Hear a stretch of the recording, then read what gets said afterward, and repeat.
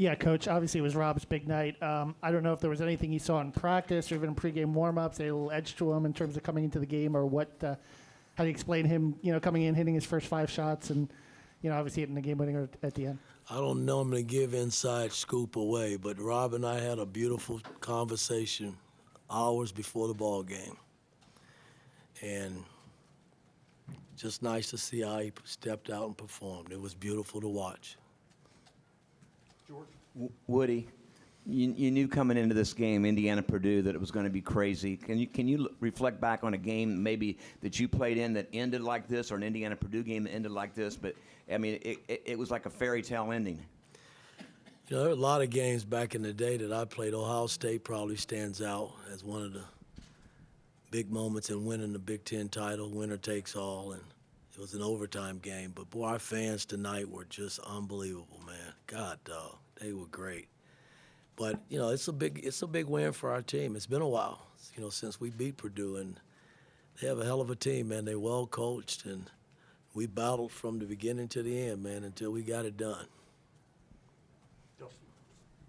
I'll try to ask it. The beautiful conversation between you and Rob. What can you Yeah, that's in-house. You can't get that. I gave you too much information. Yeah. Jeff, and then we'll go back to Anthony. You seemed pretty emotional when you walked off that court tonight. What did it mean to you to see those kids come on the floor to get a win against Purdue? Man, it's all about these guys. These 17 guys that wear the uniform. It's not about me. But, when anytime you can beat Purdue, and they feel the same about us, and it's been a while since we've beaten them.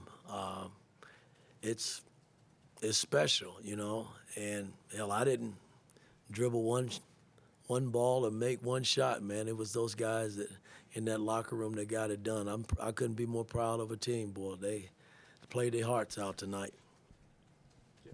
Coach, what exactly did you think about Fennessy's performance, and why do you think he was that good in this setting against the number 14 in the country? Well, again,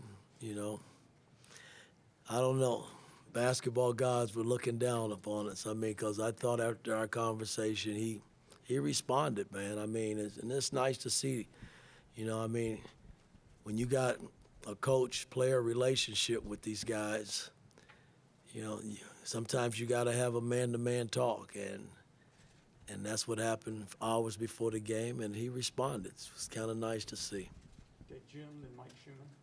Mike, if I'd have told you that Trace Jackson-Davis would play 11 minutes, score 11 points in this game, what would you have thought your chances would actually be? Well, it's the first time he's been in foul trouble with me as the coach, and that's kind of a scary thought, but my mentality is, and I think the players feel the same way, is next man up, and I thought Mike stepped up, and it's most minutes he's played this year, and he gave us some positive minutes, man, and we're going to need that the rest of the way. There are other teams in the Big Ten that's just as big, maybe not as big, but got big bodies, and that's why we brought Mike on board, and I thought he answered the challenge tonight.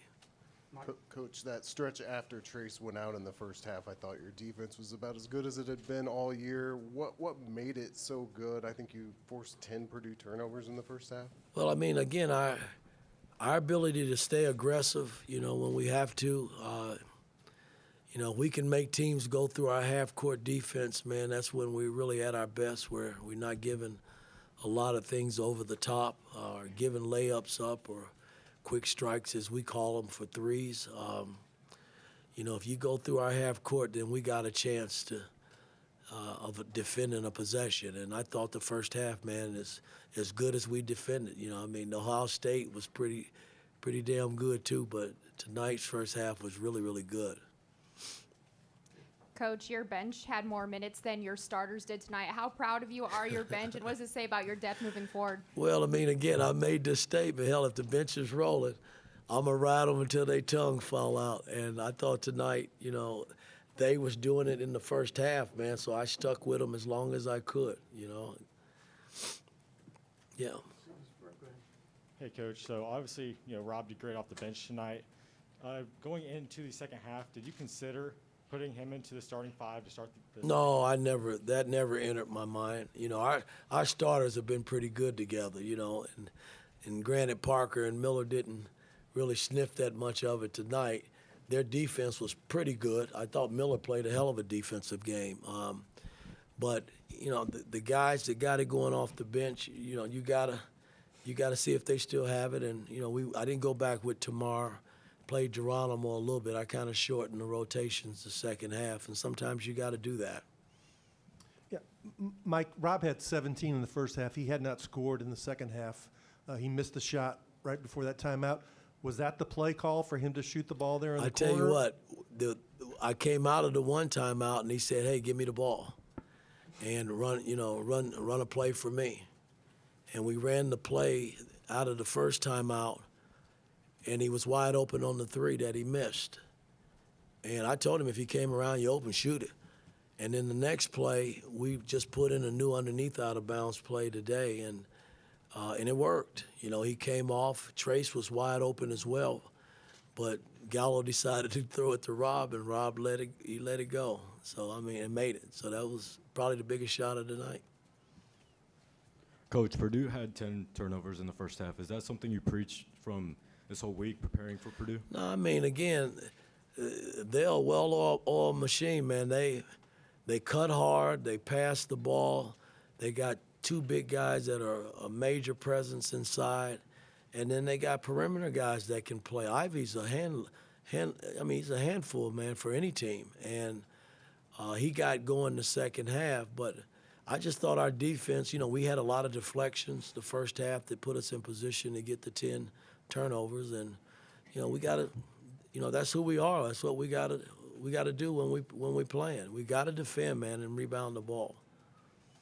Go ahead, Dustin. Just, you mentioned Ivy in defense. How important was Trey Galloway tonight? Especially, it looks like when you put him on Jaden, it seemed like that. Well, you know, when I took Parker out, we came back with Gallo, and then Gallo kind of slowed him down a little bit, but he still made some tough shots. I mean, that guy's pretty damn good, boy. Ken? Considering some of the turnover problems you've had in past games, you had 3 total turnovers, only 2 of those from a player. Just how satisfying is it to see that progress in that area? It's great. I don't have to run a lot. I got to run a little bit. You know, I got some sprints. I mean, I think we got 9 that I got to do, Anitra. Added on the 6 that we haven't gotten in yet. So I got 15 of them, man. That's a low, but I'll take them when they don't turn it over. I'm happy to run. Okay, Tyler, Tom, then finish up with Jeff. Coach, when you took over the job here and first started watching film of Rob, what stood out to you? I mean, the thing when I look at Rob, you know, he's a senior that's been around. He's had his ups and downs. And when I took the job, you know, I sat down with everybody that decided to stay, and I told Rob, hey, what happened in the past is in the past, man. You know, I'm telling you, you can shoot it, you can do your thing, man, and it's okay to be good. It's okay to be great, you know. And I told him tonight in the locker room, man, regardless of what anybody say, I'm always going to be in your corner, and that's all he needs right there. You know, when the coach is by your side, man, you should cherish it and just play, you know, not only for Rob, but for the jersey that you wear. So he's been great, man. I mean, he's had his ups and downs, but I thought tonight, man, he was on a mission, boy, and it was nice to see. Tom, then Jeff. Mike, for all the foul trouble that Trace had, how impressed were you that last couple of minutes? He had 2 big, huge defensive stops and then knocked down those free throws at the end just to stay in the game. Well, I was just buying time. Mike was buying us some good, positive minutes, and I was just hoping that he didn't pick up his 5th foul. You know, they went inside, and he got a major stop. We rebounded the ball. But he made the winning plays that we needed him to make in those 11 minutes. Last question, Jeff. What did you think of Michael Doerr's defense in the 24 minutes that he played tonight, the most he played for you guys? I mean, I thought he was solid. You know, I mean, with Edie and Williams, you can't give those guys angles. You know what I'm saying? You give them angles, then the ball's coming, and you can't catch up to stop them from scoring. And you just got to pretty much make – and Mike's a big body, you know, and I thought he did a good job in battling, trying to keep them in front and make plays over the top.